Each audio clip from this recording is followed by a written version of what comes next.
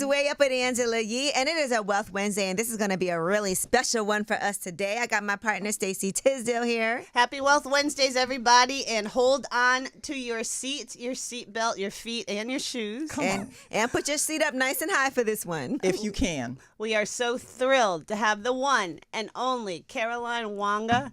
You may know her as the CEO of Essence Ventures, but we want to tell you she is also the author of I'm Highly % Sure.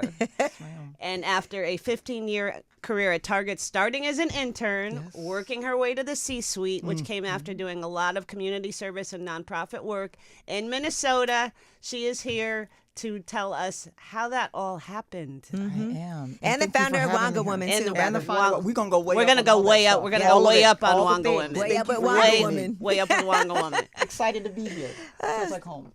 When we talk about all that, starting in Minnesota, starting in Africa, all of those things which we're going to take a deep dive into, a lot of people tried to do what you have done. They started out as immigrants, what have you. They set their career path and set their sights on the C-suite.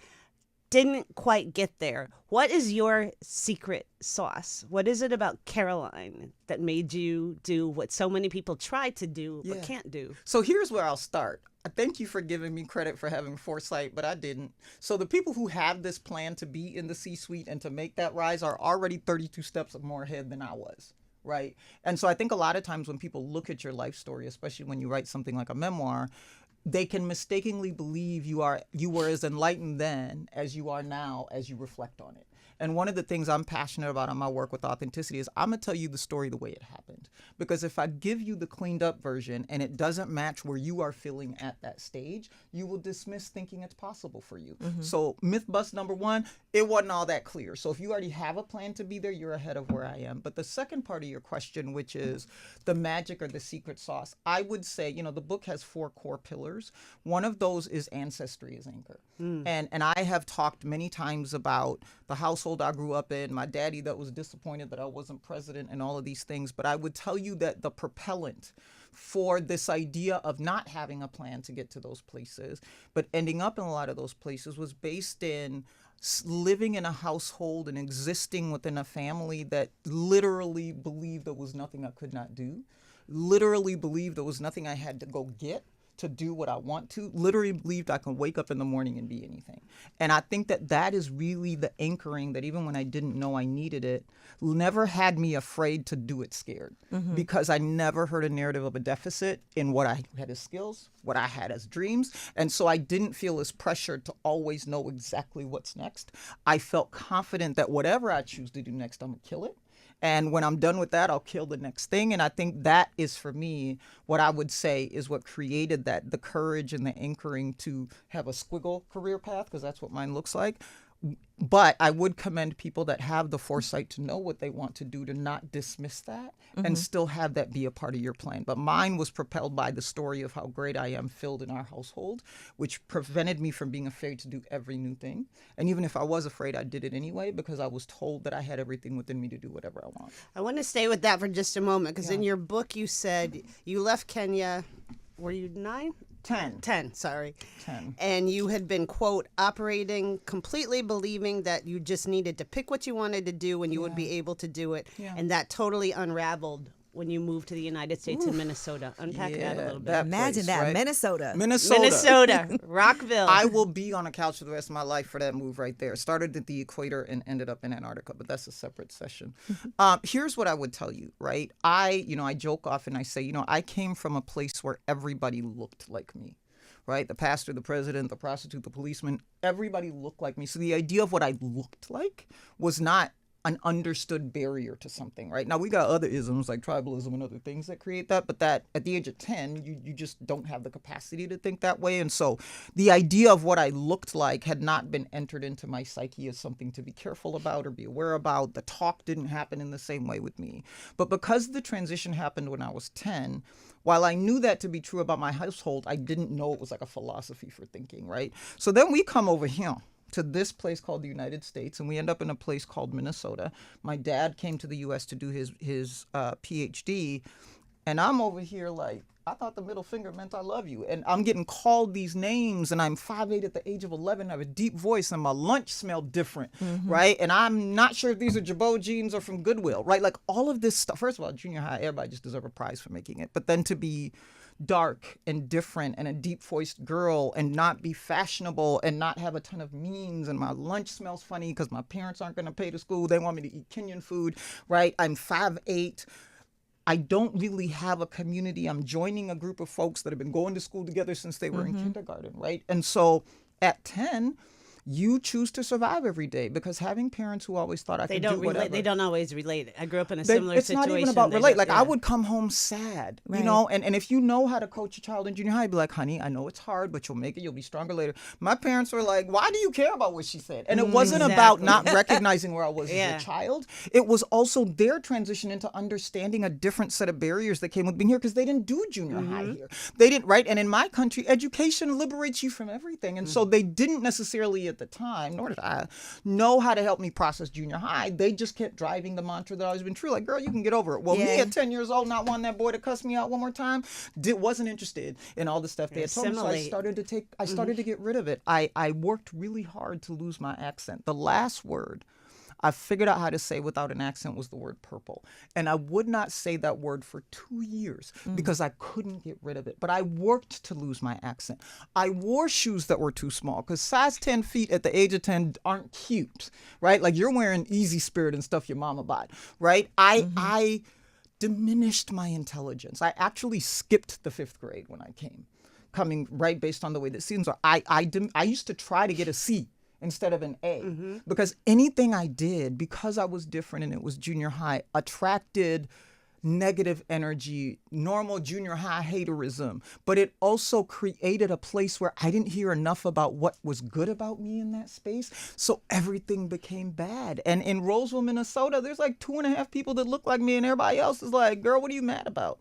And so it started a long journey that's had many parts of making myself small, but it was a tactic of survival, but it was a conflict that came with the household that I was raised in to do anything that I believed in. And then being in a place where the guidance my parents continued to give me was not creating a good experience in a critical stage of life and adolescence in a brand new place with none of this diversity, inclusion, and recognize other people stuff in it. It was straight like, you are weird, and we're going to make sure you know how weird you are. And I wasn't black. I wasn't white. I was just immigrant, right? And I didn't, at 10, how am I supposed to know what to do? You know, imagine students that go through that and don't have the parents at home that are supportive of them and the background that you had in knowing who you are, how difficult that is. It makes me think about another situation recently. Khalees was talking about homeschooling and how she's homeschooling her children because she doesn't want them, she doesn't like the education system, and she's using like AI teachers and things like that. You know, I think it's fascinating. And, you know, you said it must have been nice to have that in my household. And I would tell you, again, trying to talk about it when I was 10, it most certainly was something that drove really heavily when we were in Kenya. It didn't play out here, but the other side I would give, because I always want to make sure people understand, I'm not saying one thing was better than another. What ended up happening is the couple of friends I had, you know, I would go to their house for sleepovers, whatever. You know, you have your junior high friends. And those parents saw what was happening because they were raised in the U.S. They know junior high is just the gauntlet of life and everybody gets made fun of. So what became really interesting was how the parenting of the few friends that I had, that I went to their house to feel safe, most of them were white, actually. Yeah. Like, again, I was not coordinating this, but like the way that they stepped in to fill the gap, because my parents did things great. This is not a bashing of my parents. It's just what happens when you transition environments. And they never made it feel anything. They didn't go talk to my parents. Just when I would come over, like I would get permission to process parenting that took into account what junior high is. Right. And half the time I was like, boys are stupid, girl, you'll be fine, right? But just somebody who seemed to have empathy for what I was in dissonance about was so valuable. And again, I believe that it's about a village, right? And there were so many people that played a role. And collectively, and I talk about myself this the time, I am exactly what happens when a community decides to birth, build, and bequeath somebody to the world. I was built by, and continue to be, villages and communities of people that collectively offered what they had to help me be the best human I can be. And even back at 10 years old, going to other friends' houses whose parents understood junior high helped to supplement what my parents were continuing to offer me. You know what I realized too, when you're growing up, sports also can be something that is a great equalizer for people to be like, the camaraderie that you feel. Because I grew up not as athletic as you were, but I did grow up playing. What did you play? I played field hockey. I ran track Field also. hockey. And I played basketball. Ooh, can we talk about basketball? Yeah, so You had the basketball Stop, because thing. you know you're taller than I am. Don't do that. Yeah, but do not in a good story. Wait, sitting here with these two talking about playing basketball. I was a point guard. We have a height You were a point conversation. guard. Oh, okay, so this is so dope, right? Because here's What why else this could I is be? super dope. Here's why this is super dope, right? What you said is absolutely true. At the end of my junior high, I went to like a middle school. So 9th grade was the oldest, and then the high school started 10th grade. So by 9th grade, I started to run track and field. Now the real story is they thought I was a marathon runner because I'm Kenyan, and I was a sprinter. It took them a minute to figure that out. But it's actually Kenyans from a particular tribe that are marathoners. But I did do really well in track and field, and I started to run for the high school while I was still in junior high. And to your point, an environment where competitiveness brings bonds and you just get this adrenaline rush for winning, like it does, like it anchors you, it becomes your world. And I would say that sports saved my life in that season. Definitely. Because for me, I was finding something I was good at. And when you're good at something like that, especially in the U.S. educational system, everybody loved the job. Oh, they love right? you. You get whatever you want. Extra lunch. You ain't got to be to class on time. A pass to be in the hall. Like it just, the way that good athletes are treated in the educational system is very uplifting. It can be unhealthy, but for me, it was such a healthy way to find my place. And so I became really excited about the sports arena and what it did for me. I could bring my intelligence back because now I could tell people I'm just trying to keep playing ball versus them just thinking I'm smart. Well, volleyball and track became my sport. So track is what I was in a lot. I was going to be Jackie Joyner Kersey. Google it, all the youngins. But I wanted to be an Olympic heptathlon because of how many track events I did. Volleyball came as a result, like in the 10th grade of like, you're tall, can you jump? Put your hands up. Okay, we're going to do something with you. And I actually ended up enjoying volleyball because track is such an individual sport. Volleyball was a team sport. And then the madness happened, which is my junior year of high school. My track coach and my volleyball coach ganged up on me. They did. And they said, you're going to do basketball in the winter. And I said, absolutely not. They were like, you need conditioning in the winter. I said, I will go swim and get my hair done every week before I will do basketball. I didn't win that fight. And they threatened the other two sports to not do it. So imagine you're 5'11", in an urban part of the Twin Cities. I was in the Minneapolis at that time, so there was lots of black folks. And you are a starting center for a varsity basketball team, and you have never played basketball before. Wow. Ouch. Right? This is like a 7 high school competitive advantage. Like, this is very competitive basketball. I am a junior who has never played basketball. I'm on varsity and I'm a starting center. When I tell you I hate basketball to this day because of this, because them big old girls was in the paint. They I'm were like, if you targeting get you. off my spleen, you can have this damn ball. Because like literally, I'd been forced to do it by my other two coaches. The height was there. The natural athleticism was there. The sport was not of interest to me. Mm-hmm. It was way too late to be a varsity starter that nobody had heard about. I was known in volleyball and track. Then you got these school rivalries where even the cheerleaders was like, bro, what you supposed to be? Like everybody. And so I'm over here like, I'm only coming to do 2 things. Rebound and jump balls. Don't you ask me to do another thing. And so like literally I'd be on the court, point guard would pass me the ball. I'm like, can't get to the basket. Here you go. Yeah. And it literally became this place where I did it because I was forced to. I hated every minute of it because I wasn't good. Everybody thought I was good. And then big girls in the paint and they sharp elbows are no good. And I played for 2 years. And to this day, I hate basketball. Wow. Not watching it. But like, it was the one sports experience where I was like, this ain't, nah, y'all can keep this. But it's the one sport everybody thought I played because of my height. What was your rival's name who you also ended up with Miss in Porcupine? college? Yes, Miss Porcupine. She was named Oh, I'm Porcupine sorry. for a Look reason. at it. The whole body language is changing. Well, it I'm changed sorry. because I've been working really hard to not say her name. Her name is Porcupine for a reason. It is the visual representation of how she felt to me in that season. But the story about Porcupine is really important because I talked to you guys about my transition to the U.S. and what that came with as I was figuring it out. Which we're going to have you back for a whole other episode on racial isolation. It's a yes, huge and topic. heightism is what we discussed yes. earlier. But what happened is sports got me out of that kind of isolation. I was feeling really good. By the time I got to high school, in the 3 sports, her and I were often paired together in practice because we were a similar height. She did a different sport in the spring than me, but we did volleyball and basketball together. And the way that this person would just like, you know how people are mean to each other, right? But I'm like, we at practice, why are you picking your belly button and putting this stuff on me? Girl, get away. Ew. Like, it was just these shenanigans related to high school. But it was in this place where I'm like, why? I don't even like you. But we had to be together because we're there. And then we became compared to each other because we were both smart. We were both athletic, right? And again, I have no desire to be compared to you. Give her whatever prize she wants. But for her, it was perpetuating. And so she would start to say, I'm going to Harvard and you're not. That's the kind of stuff she say at Plastic. Like, she was like, no matter how good we are together, you're never going to get to where I'm going to get. And as much as I can lie to you and tell you I was enlightened and like, you're just a messed up person with low self-esteem. Nope, I believed every word she said. So guess what? We graduate from high school and we end up at the same college. It wasn't Harvard. And it wasn't Harvard. As luck would have it. So you know me, I'm sitting up straight, feathers cocked, like, hey, you went to class together, right? Guess what happens? Because I'm talking smack now, right? And she's getting humbled a little bit. Guess what happened? I get pregnant my first semester in college. If you don't think she returned some of that snark back to me, like I told you, you wasn't nothing. I knew you weren't going to stay long.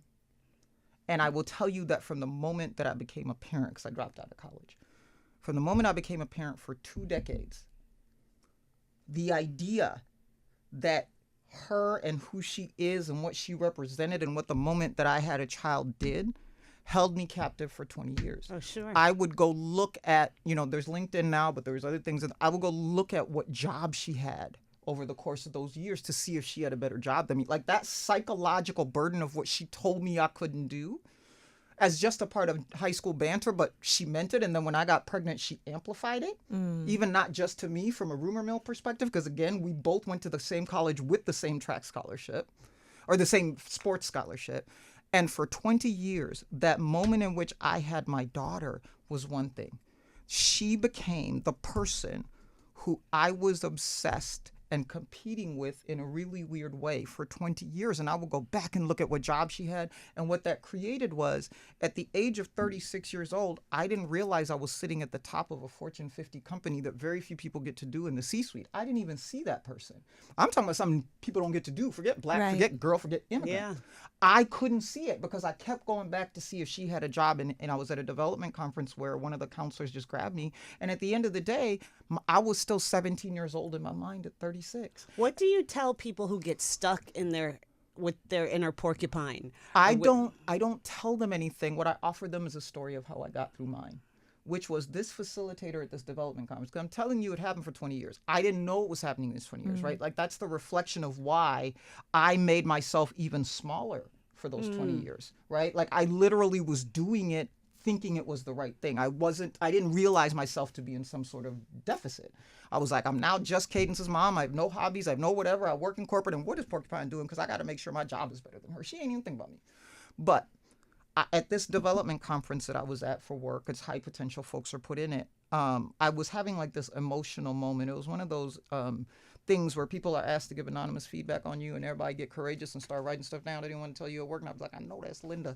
But I was sitting here reading my report and the facilitator saw me and I was just starting to get emotional. I was like, don't be crying over Linda.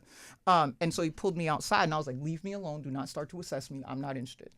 And he finally got me talking and what he realized and then gave me a task, which is the answer to your question. He goes, Caroline, you're still 17 years old. He's like, you are a 36-year-old black woman at the top of one of the biggest companies in the world. Most people don't get to that level. And you over here, mad about her? And he didn't say it that mean, but that's what his intent was. But he recognized enough of how much it actually was not about me knowing. It really was a real thing for me to give me an exercise that didn't demean me, but that helped me grow. And it was something super simple, psychological birthdays. So what he gave me as a task was, Caroline, my only goal for you is for your 17-year-old brain to catch up with your 36-year-old life. And he said, I'm not going to be able to stop you from going to look up porcupine, but you should stop, but I can't stop you. I said, but here's what I can do. Anytime something happens in your day, in your life, that you're really excited about, you get to celebrate a birthday. You don't have to consult anybody about your birthday. You don't have to say anything. And you get to decide what is birthday worthy. And so what that created was like little moments where like, Maybe I avoided my boss being mad at that. I'm like, come on, PowerPoint, it's our birthday, right? Like literally, I just got to have these celebrations by myself. Celebrating your and games. Every psychological birthday, I remember I was sitting with my niece at my daughter's graduation from NYU, which was a birthday for me, right? So she went to NYU and graduated with Greene engineering. Everybody's there. And I was sitting with my niece, Aya, who's a crazy 81-year-old woman, but she was 5. And she's sitting on my lap, and I'm having this emotional moment because I'm watching my daughter walk across the stage at NYU with a degree in engineering when we were not supposed to make it. For some odd reason, I start humming Happy Birthday, right? And nobody can really hear it, but like I'm humming it, right? Because I'm sitting in this moment. And my niece, Ayo, who is 8 but 81, she literally just starts singing with me. She doesn't ask me any questions. She just starts to sing. So like, and I just keep humming and she's singing. Like this is Ayo and Auntie having this moment. And so when we were done, she turned around, she was on my lap. She goes, Auntie Caroline, I didn't know it was your birthday today. I said, you know what, Ayo, I didn't either. And the beauty of an innocent 8-year-old sincerely believing it's your birthday and joining you in a celebration, even though she didn't know if it was, were just the poignant moments that kept me in that exercise. And so that's just kind of what I lived. And slowly but surely, I continue to chip away at where my psychological age was so far behind my chronological age and stage in life. And that is the exercise even to this day that celebrating helps me your slowly wins. catch up. Yeah. And the fact that I don't have to share it with anybody, I don't have to get anybody else's validation is what's most liberating. Because I get to make the ultimate. Some days I went and ate a cupcake at the grocery store at midnight and I didn't ask questions. I was like, here's your $5. I'm going to eat it right here. I find something to celebrate. There's And always the something. fact that I was given the power to decide what was worth celebrating. And once I did a celebration, I was given permission to go a year older is the exercise that saved my life. I'm not all the way lined up, but I'm better than I was. You're highly % sure? Highly. I am highly % sure I'm not where I was, and I'm getting to where I want to be. You know what I wanted to ask you as we flash back to when you found out you were pregnant with Cadence and your father was really not speaking to you. Yeah. It was a disappointment in the family.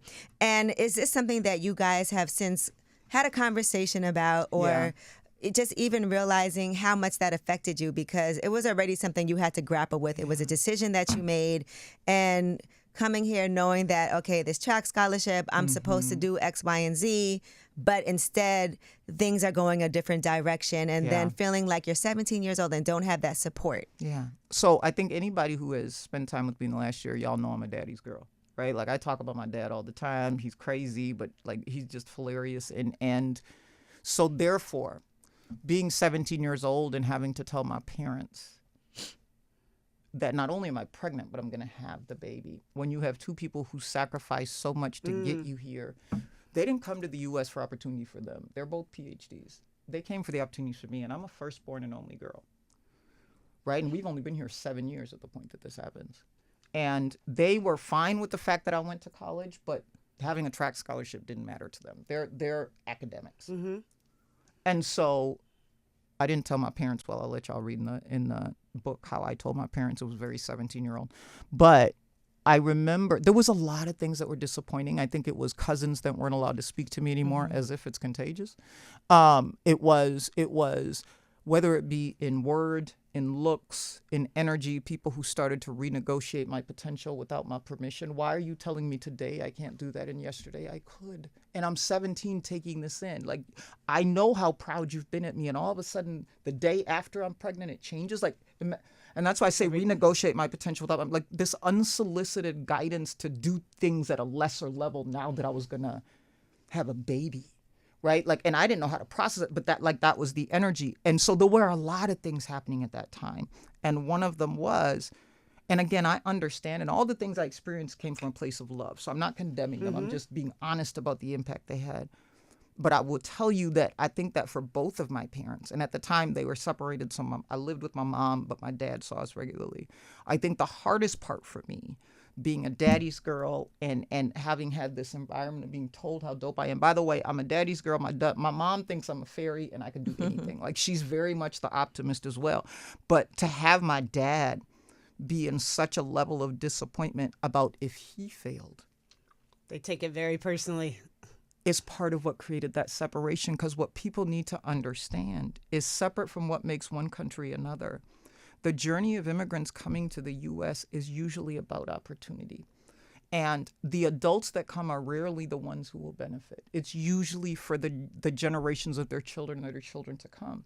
And the home countries that people come from celebrate that with the people that go, right? So Lucas Wanga's family was so proud that we were in the U.S. and they're going to do good. And look at our niece, Caroline, right? So what has to be understood in that story is this became something my father and mother were trying to figure out how to tell the people back in Kenya. Because they brag about what we do. And I'm the firstborn, and I was the first one to go to college here. And so I can tell you that because now I understand what led to his behavior.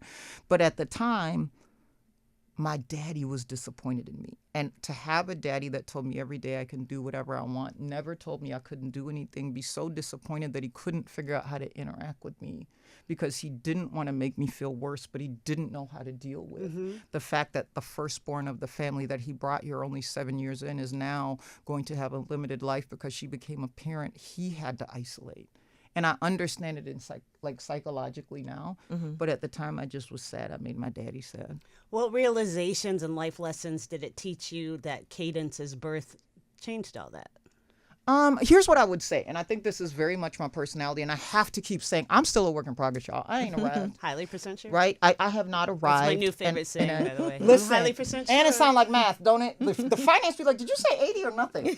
Anyway, but my point is, and I say that because I need people to know, don't put me in this category as somebody that's figured it out. Don't remove yourself from believing what's true for me. That's why I tell the stories, because I sat in the observation that her life can just make all of that go away. And here's the thing with Cadence. So number one, because I was so hell-bent on not failing, I raised Cadence in a violent defiance of what I thought people were saying about me. She's going to be clean. She's going to be fed. She's going to be smart. Ain't nobody going to tell me I can't do this, right? Like it was this defiance of like, all y'all think I'm going to fail? Watch this. Right. And while that sounds like something really motivating and sounds like something really heroic, it actually was toxic. Here's why. Because, and again, I was 17 at the time, while that defiance helped me get Cadence to where she needed to be as a parent, and she's one of my favorite human beings in the world. She's super dope, right? It got me there. It compromised some of the other things that happen in people's parenting journey, which is just relationship. Right? So while I love my daughter and she was loved and there was nothing wrong, my fueling of defiance overrode sometimes when you just need to be in relation. And I think that now that she's an adult, and we've gone through many different stages of our relationship. She just turned 30 a couple weeks ago. She's here in New York. Wow. I think that, and I'm always honest about this, right? Like that season is what kept me alive and kept her taken care of. But as a little girl, and the paradox between that moment and then me and my parents is sitting out loud in that. The fact that I did that and the fact that she becomes an adult and she sees other parents and there's maybe some things missing because we were only 17 years apart, because I was very defiant and stoic in raising her, and anything related to loving you up happened. But what you felt more was like this energy I was giving everybody else about you being good. We are in a stage where we're trying to figure out what the impact was of that. And Cadence has trauma because of that. Right. And I have to be comfortable, and I'm saying this fully honestly, I have to be comfortable, and that's why my own story with my parents is important. I have to be comfortable with letting Cadence process that experience in her own way. And I will say that over the last couple of years, Cadence has taken ownership of processing what wasn't fun for her and what wasn't right for her, and the energy that came with something well-intended but didn't always create a great experience. And it has been hard for me to make room for the way that she needs to process it, because different from what my dad did with me, Cadence needs some separation from me to process it. And it is something I've learned how to live with. But the journey was, I got so hell-bent on proving people wrong that energy created a different parenting experience. There was nothing that happened to her, but it created a parenting experience where she experienced more of the energy of like, you can do whatever you want, than she did the babe, come get a hug. And she's processing that as an adult, and I have to let her do that.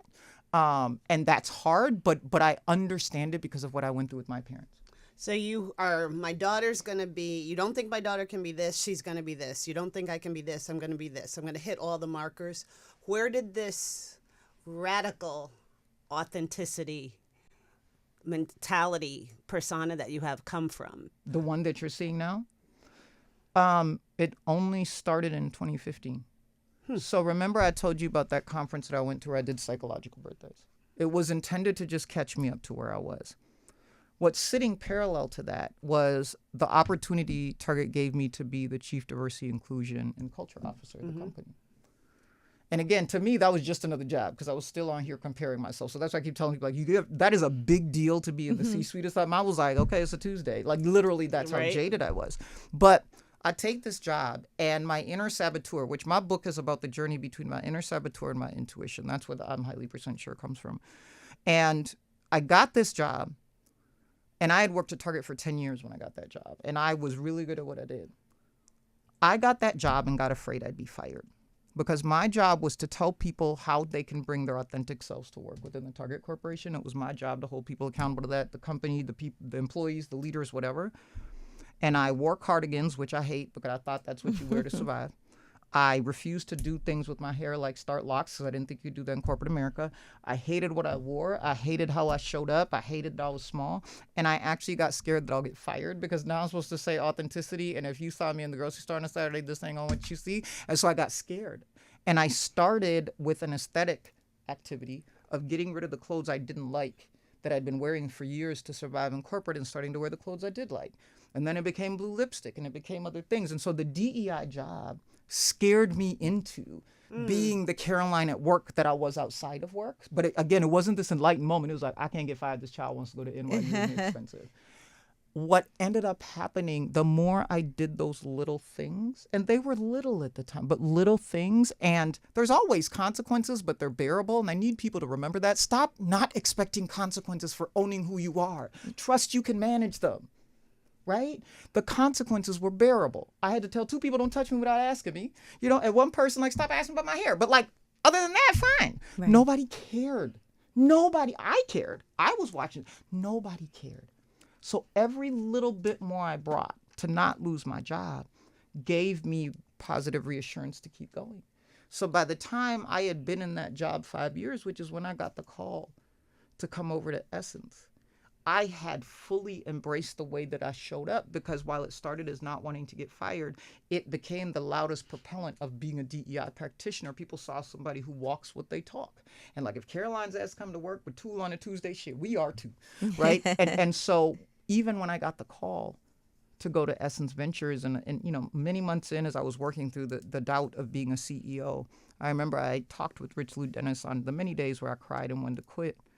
And I remember I had talked to him and I was basically resigning. And I said, why me? Now, mind you, I already took the job. It's late to ask the question, but what's the level? And he said 2 things. He said, I called around about you. And everywhere you went, you won. So all this defiance and grit that had not created great things was one of the things that got me the job. And then he said the second thing is, you live in the way I want every Black woman to be able to live. So a decision that started at being afraid of being fired from the DEI job and owning my authenticity and all the trauma of the way that I chose to live my life being an early mom and functioning in defiance became the 2 reasons I was asked to come be in charge of a cultural artifact.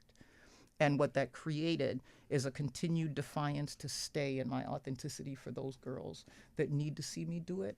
But I also perform 100 times better when I can wear urban flamingo and whatever else I may have on, because then my attention is not wasted on worrying what people think about me. It's all directed to what I'm supposed to do in the world.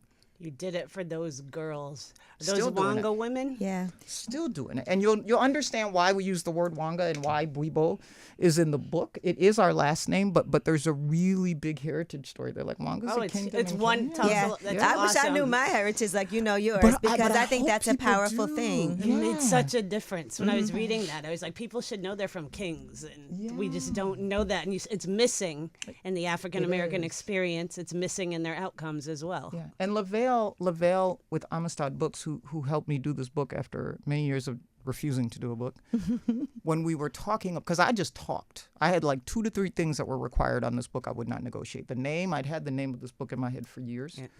The picture, author's photo. I took that picture in 2022 as a part of Headshots, but the minute I decided the name of the book, I knew that was going to be the picture because it kind of is the epitome of I'm highly percent sure in a look. My eyes are like, I look mischievous. And then it was, what I say needs to be verbatim what goes in the book. Don't corporatize it. Don't do whatever. So it was Saturdays of Lavelle listening to me run my mouth, sending a chapter for transcripts. And when we had everything together and we were trying to decide the order of the book, because it's not chronological, and I refused to do chapter numbers because I didn't want to imply chronology. Every chapter is a name. And I asked people what's their favorite chapter name. But I didn't want to put my dad's chapter first. And I didn't want to put my dad's chapter first because as much as we've got a lot of things that we're dealing with, the amount of energy that has come my way in the Essence Ventures job about being an African immigrant and the accusations that I am sitting there trying to steal something from the domestic Black community, from the African American community. Since I took this job, the tension between the African immigrant community and the African American community is there, and me stepping into this role at Essence has attracted that to me, right? And so it's always been in the back of my mind, and so I was hesitant to make that the first chapter in the book because I didn't want to perpetuate this better than thou kind of thing that a lot of people feel in the conversation between African immigrants and African American. And so I was really resisting because I didn't want to turn people off in the first chapter of the book. Okay. So Lavelle says to me, and she's Black, African American, she says to me, Caroline, it's got to be the first chapter. And I said, why? She says, do you know how many people will believe that there's more they need to go find in their story if they see Yes, that's exactly what I thought immediately. Right? Exactly. And so as much as, yes, what you guys are saying is true, all I said is, okay, I'm going to trust you, Lavelle, because my experience with it hadn't been that.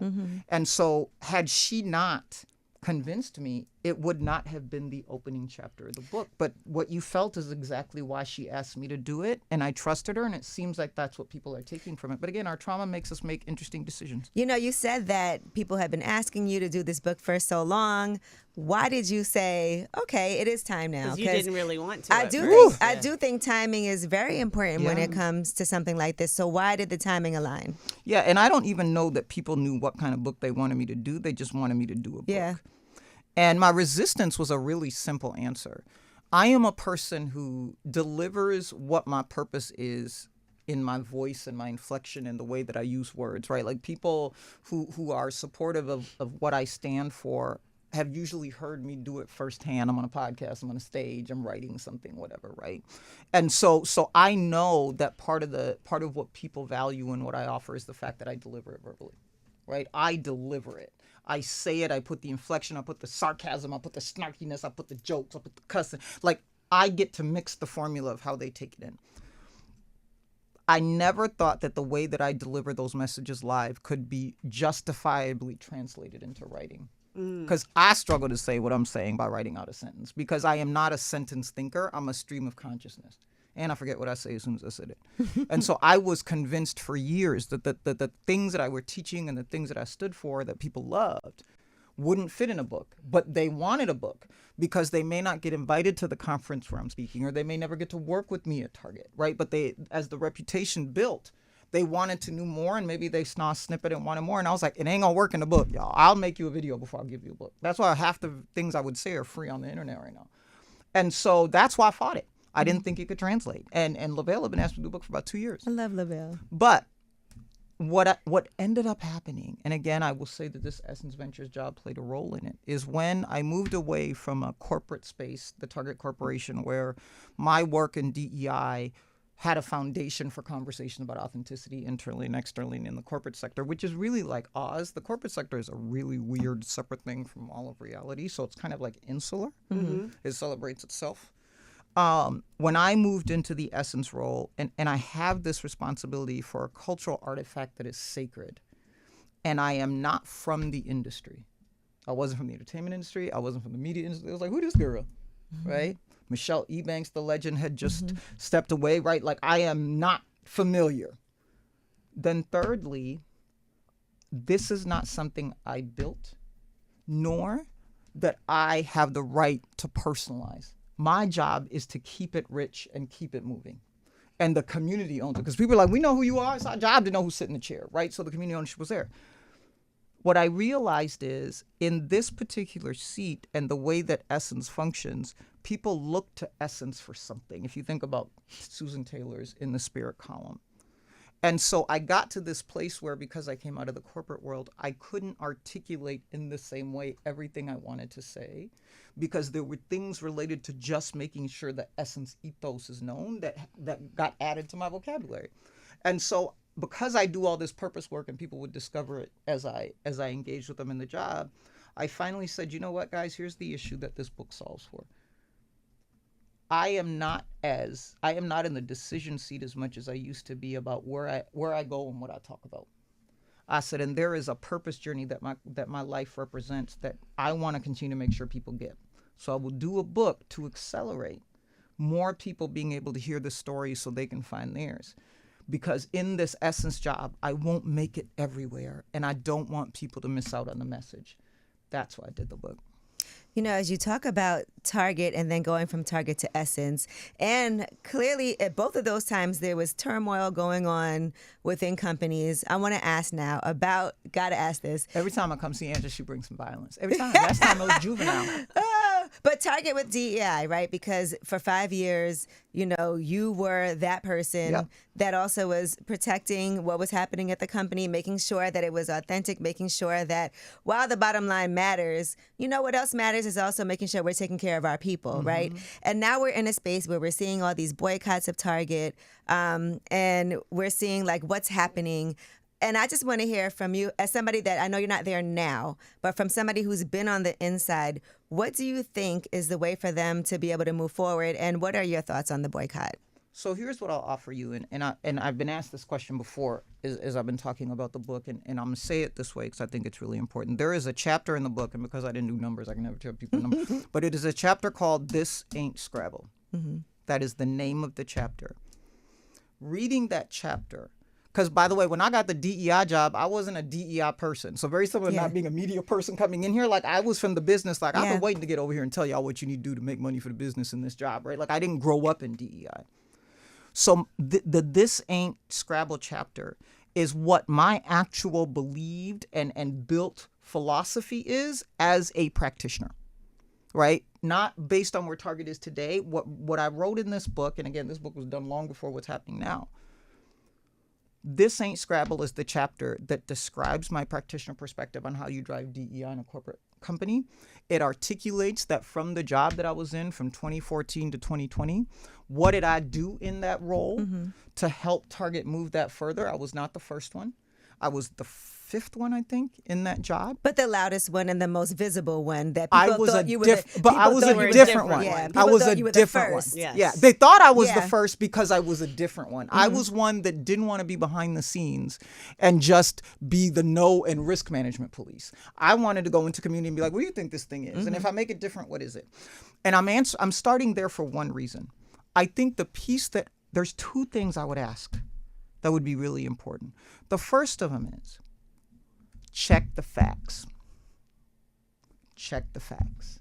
The things that people choose to believe to take action need to be things that people understand. Check the basis for the facts so that as you take action, you are functioning with the set of facts that you've independently looked at and decided are important to you. The second thing would be whether or not Target did the right thing in this scenario. What I will offer is that the role that corporations play and how the world moves is heavy. Understand and be clear about what you want to be different, not just what you don't like, because that's where change happens. What do you want to see be different? And so I share that with you because I left Target in 2020. Right, so I wasn't there. In fact, I announced I was leaving the week that George Floyd was. Yeah. And they were burning Target stores down in Minneapolis the week I announced I was leaving. And they wanted you to wait to announce. Yeah, we were going to wait, but we said it's not going to get better, right? So I left in 2020. But what I will share with people is, I just want you to make sure that the action you're choosing to take is based on things you have decided are information that's right, and you have decided you know what you want to be different. That way, you can push from whatever seat or point of leverage you have what you want to see happen. And if you can't answer those two questions for yourself, go get the answer. How's it not destabilizing? I remember for years I used to cover the Diversity Woman Media Conferences. Yeah, Dr. my Seale, girl Sheila. Sheila. Shout out to Sheila. She's been on Dr. Wealth Rubenstein. Wednesdays several times. And Target was always a leader. They were one of the sponsors. They were always right out in front and really, really deep research and, changed this whole space. And now all of a sudden this. It's so destabilizing as a consumer and as someone who, championed the company for championing diversity. That's what people are struggling with. It feels like they have been tricked or manipulated. So let me ask you a question. As a consumer feeling that, what would you want Target to do different for you to restabilize you? I would want them to explain what justified, what they told themselves to justify such a radical policy shift from being a leader in that space to now changing it so quickly. Have you told them that? No, but I will. Do it.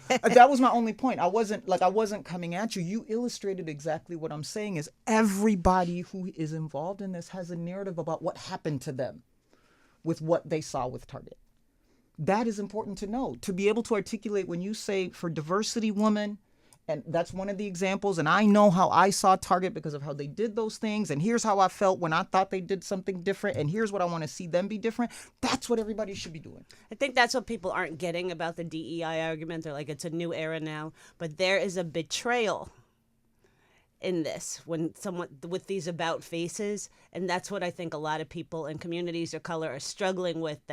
Nobody's quite getting that. It's betrayal. And here's what I would say. You are very intentionally not seeing me lean into words like betrayal. Not because I am saying you're right or wrong. I'm just saying it's what it feels like. No, yes. I wasn't debating you. What I'm saying is everybody has the right to feel what the moment made them feel. There's no one feeling that's right. Some people feel betrayed. Some people feel tricked. Some people feel...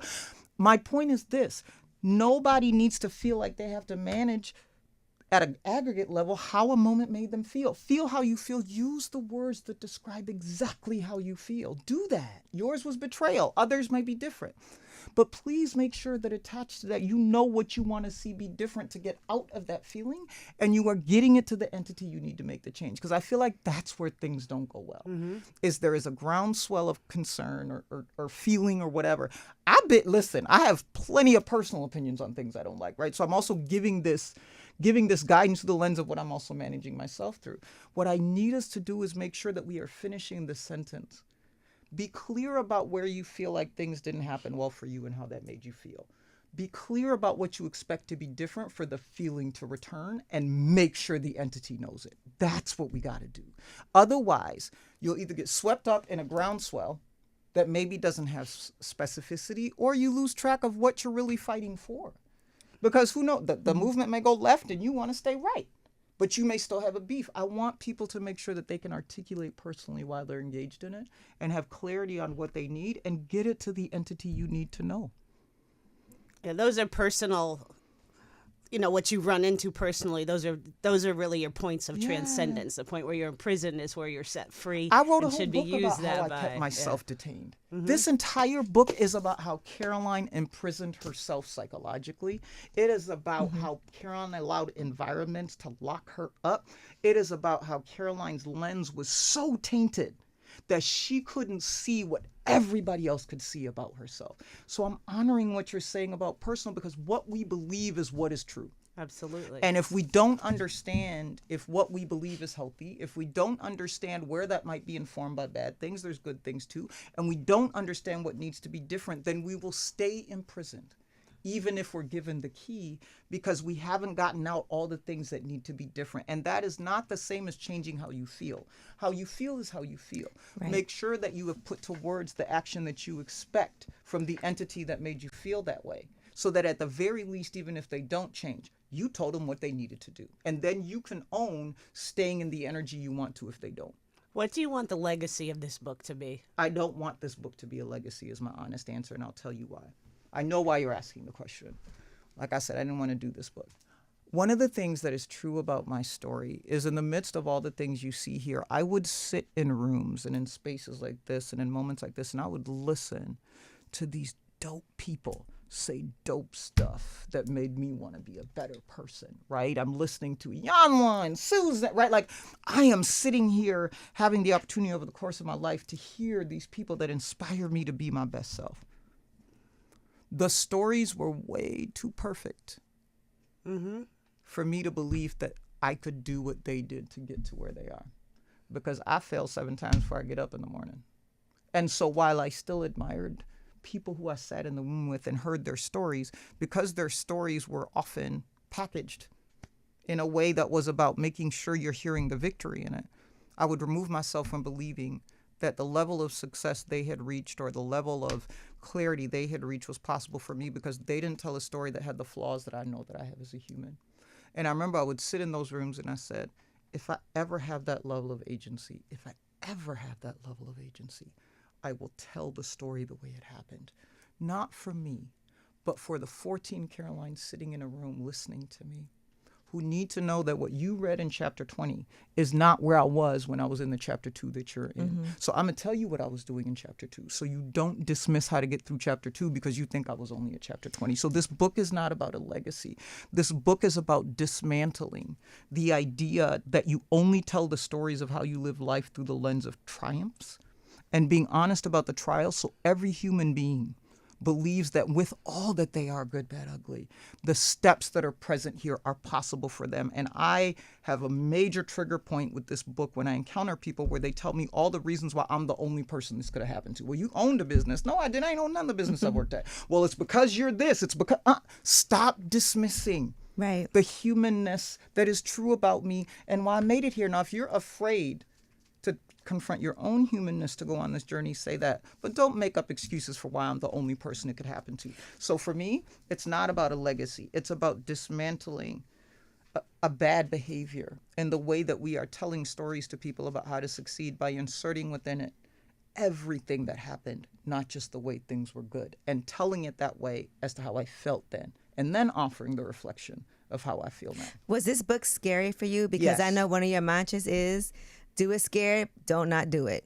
This book, if I were to articulate the 3 biggest fearful moments in my life, this book is in those 3. And to be honest with you, that clarity has come much more now that the book was out than it was when we were writing it. And I mean, if we're going to call it, who the heck knew that Target was going to be in this when I wrote this book? Right. Who knew what was going to be happening in the political climate when I wrote this book, right? Just the environment that the book got birthed in amplified so loudly what was already a fear. And my fear was based on a couple things. Number one, people think I'm preachy. You can have whatever perspective you want on me. Yes, I do give a lot of advice and guidance in general. And how people feel about the fact that I do that is fine. But I was worried that people will dismiss it thinking I'm being preachy. Number 2, I'm telling stories about people. Nobody got to read their chapter. So while my father, my mother, and others were interviewed, and we left it verbatim, nobody read this book but me and Lavelle. So how is Porcupine going to feel about it? She going to come out the woodwork and act a doggone fool, right? But also, how is Cadence going to feel about it? Because again, I am telling raw stories that don't necessarily always have the matching story of the other person. Right. So I'm giving my perspective, but how's my mom and dad going to feel? Right. And so I'm also afraid that within the need to write it, are there now relationships that are wronged, right? Because of how it was written. And then the third piece is nobody wants to put their life outside because people will take it and make it what it is. But the idea is, and that's why I told you the story about why I finally wrote it.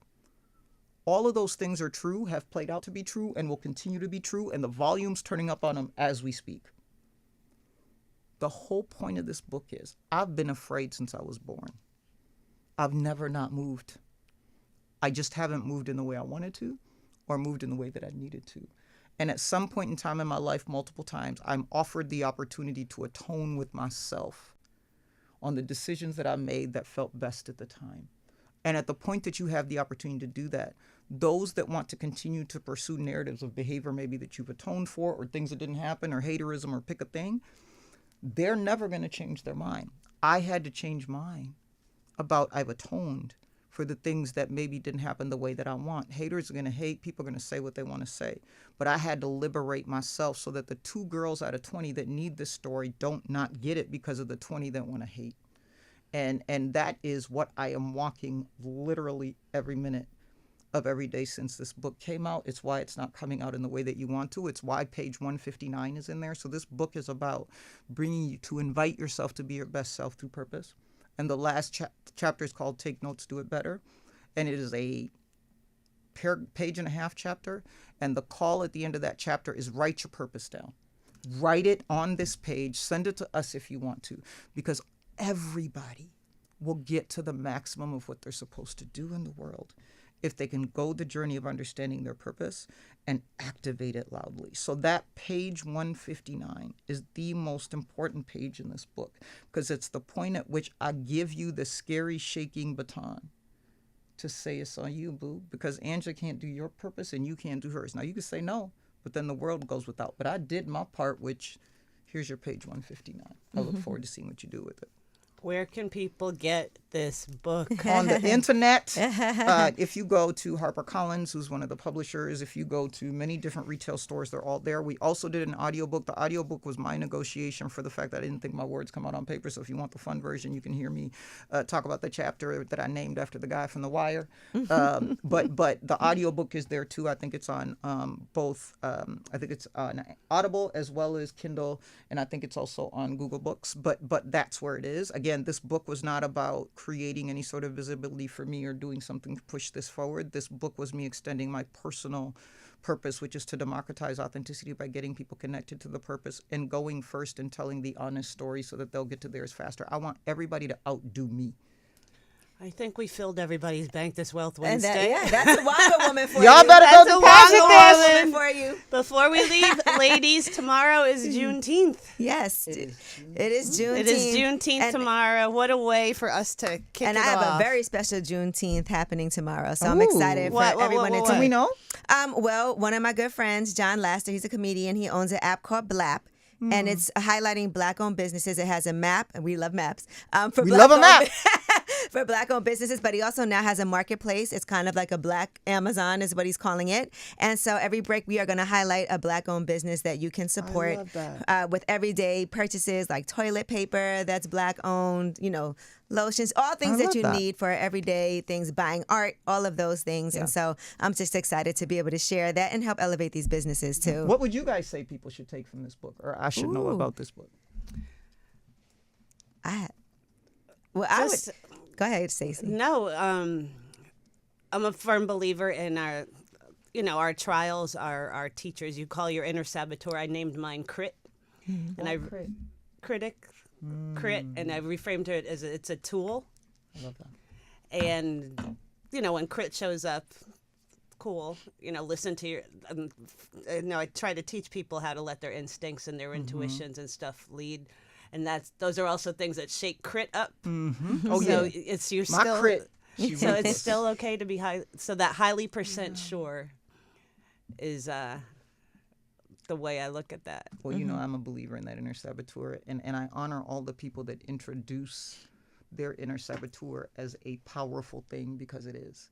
It doesn't necessarily mean that you let it take over, but it has a voice and it'll play a role. And if you don't understand its voice and the role it plays, it'll take over. If you understand it, then you can battle with it when it shows up. And you reframe it as a tool. I did. Yeah, and not a sentence, and I love it. Yeah, so and thank mine, you for this. she ruthless. I don't even like her, but she be showing up. Crit something. Well, I am all for the setting goals and having a map to get to those goals. I love that, but I also love the idea of not being stagnant.